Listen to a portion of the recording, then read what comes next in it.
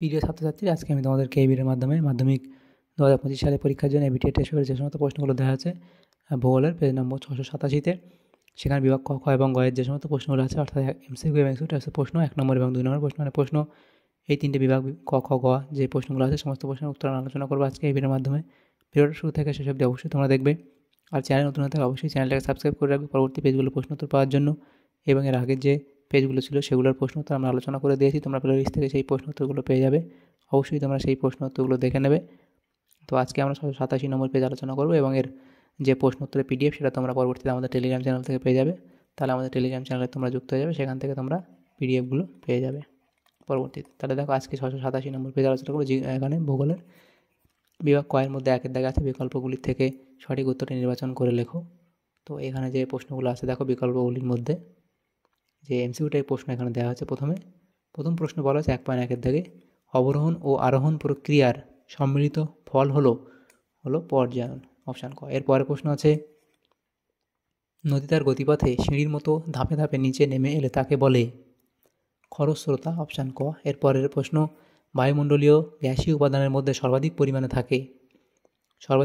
থাকে কোনটা, সেটা হচ্ছে এখানে হাইড্রোজেন, অর্থাৎ এখানে তোমাদের হবে নাইট্রোজেন, অপশান ক। আচ্ছা, এই যে 1.2 দাগের প্রশ্ন, এই খরস্রোতা বা র্যাপিডস এই দুটোর মধ্যে একটা হবে। তো এটা তোমরা অবশ্যই তোমাদের ক্লাস টিচার থেকে কনফার্ম হয়ে নিও।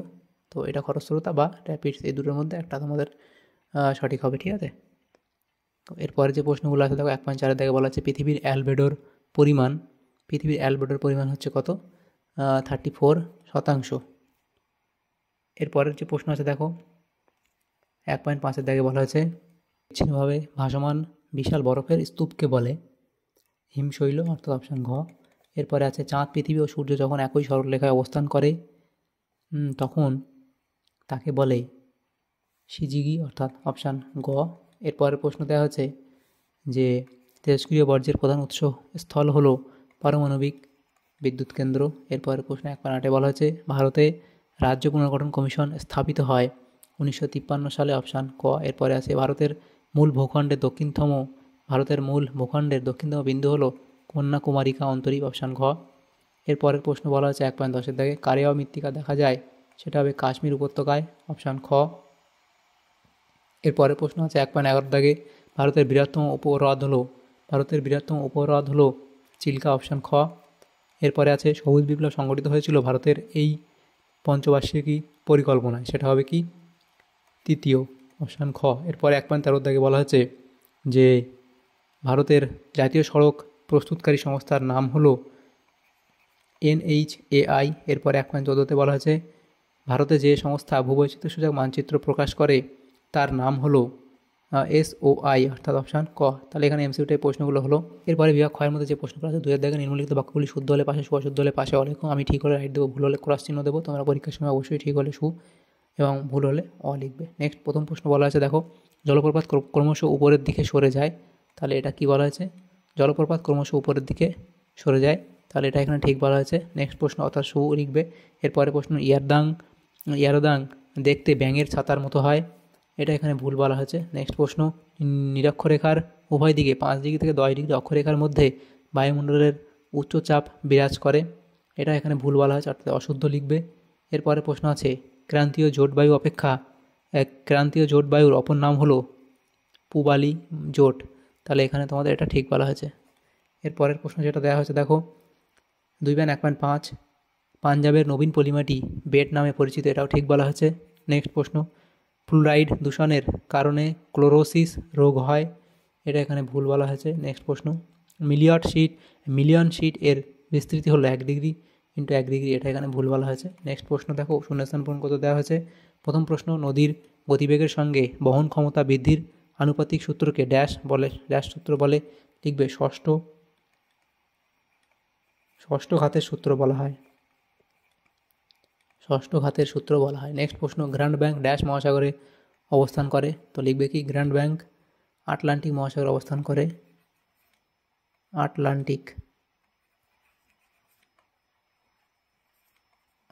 মহাসাগরে অবস্থান করে। নেক্সট প্রশ্ন ড্যাশ স্ক্রাবার ব্যবহার করে দূষিত গ্যাস কণা দূষণমুক্ত করা হয়, তাহলে লিখবে কি, এখানে লিখবে আর্দ্র স্ক্রাবার। এরপরে প্রশ্ন, কুমায়ুন হিমালয়ের হিমবাহ সৃষ্ট হ্রদগুলিকে ড্যাশ বলে, সেগুলোকে কী বলা হয়, তাল বলা হয়। নেক্সট প্রশ্ন, ড্যাশ মৃত্তিকা ম্যানগ্রোভ অরণ্যের জন্য আদর্শ, তাহলে কী হবে, লবণাক্ত। লবণাক্ত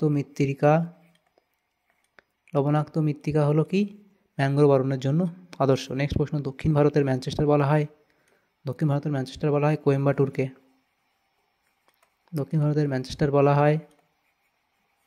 কোয়েম্বাটুরকে। নেক্সট প্রশ্ন, ইসরো এর পুরো নাম কি, লিখবে ইন্ডিয়ান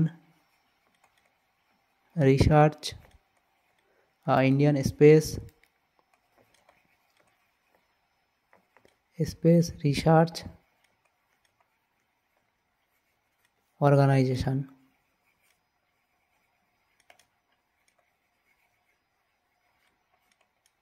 তাহলে এটা হলো। এরপরে যে প্রশ্নগুলো আছে দেখো, শূন্যস্থান হয়ে গেল। এরপরে একটি বা দুটি শব্দ উত্তর দাও। প্রথম প্রশ্ন, যে উচ্চভূমি দুটি নদী ব্যবস্থাকে পৃথক করে তার নাম লেখো, তাকে কি বলা হয়, তাকে এরা লিখবে কি, যে জল বিভাজিকা বলা হয়, জল বিভাজিকা। এরপরে প্রশ্ন বলা হয়, বায়ুর চাপমাপক যন্ত্রের নাম কি, বায়ুর চাপমাপক যন্ত্রের নাম লিখবে ব্যারোমিটার। বায়ুর চাপমাপক যন্ত্রের নাম হলো ব্যারোমিটার। নেক্সট প্রশ্ন, ভারতীয় মরুভূমির চলমান বালিয়াড়িগুলি কী নামে পরিচিত, সেটা লিখবে ধীরিয়ান। নেক্সট প্রশ্ন, পাহাড়ে জঙ্গল পুড়িয়ে যে চাষ করা হয় তাকে কি বলে, পাহাড়ে জঙ্গল পুড়িয়ে যে চাষ করা হয় তাকে কি বলা হয়, ঝুম চাষ বলা হয়। নেক্সট প্রশ্ন দেওয়া হচ্ছে দেখো 2.3.5, কোন মৃত্তিকা ক্ষয়প্রাপ্ত হয়ে খোয়াই ভূমিরূপের সৃষ্টি করে, সেটা লিখবে কি, ল্যাটেরাইট মৃত্তিকা। এরপরে আছে ICAR এর পুরো নাম কি, ICAR এর পুরো নাম হলো, লিখবে ইন্ডিয়ান কাউন্সিল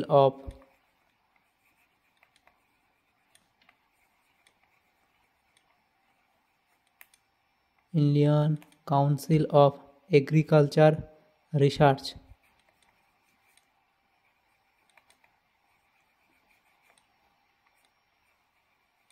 এগ্রিকালচারাল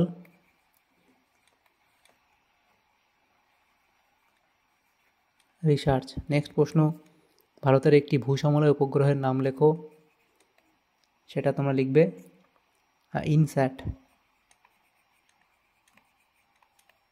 এরপরে যে প্রশ্নগুলো দেখো বাম দিকের সঙ্গে ডান দিক মেলাতে দেওয়া হয়েছে। প্রথম বলা আছে সোনালিকা, সেটা হবে গম।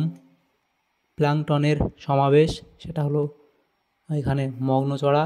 তারপরে ইন্টিগ্রাল কোচ ফ্যাক্টরি, সেটা হবে তামিলনাড়ুর পোরাম্বুর। এবং শিবসমুদ্রম, সেটা হলো কাবেরী নদী। তাহলে এভাবে আমাদের বাম দিক ডান দিক মিলিয়ে নেবে। এরপরে যে প্রশ্নগুলো দেখো বিভাগ গ, সেখানে বলা আছে 3 দাগের প্রশ্ন, নিম্নলিখিত প্রশ্নগুলি সংক্ষেপে উত্তর দাও। বিকল্প প্রশ্নগুলি লক্ষণীয়। 6টা প্রশ্ন আছে, 2 নম্বর করে 12 নম্বর দেওয়া আছে এই বিভাগ থেকে।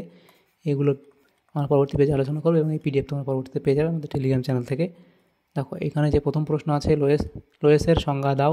তো লোয়েসের সংজ্ঞা তোমরা লিখবে এই অবধি, একটা উদাহরণ তোমরা দেবে, একটা উদাহরণ লিখবে। অথবা দিয়ে গ্রাফরেখা কী, এর অর্থ, সংজ্ঞা, গ্রাফরেখার কয় ভাগে ভাগ করা যায় সেটা লিখবে। ওজোন স্তর কাকে বলে, সংজ্ঞা লিখবে, ওজোন স্তরের গুরুত্ব লিখবে। বানডাকা বলতে কী বোঝো, বানডাকার সংজ্ঞা, সৃষ্টির কারণ এবং উদাহরণ দেবে।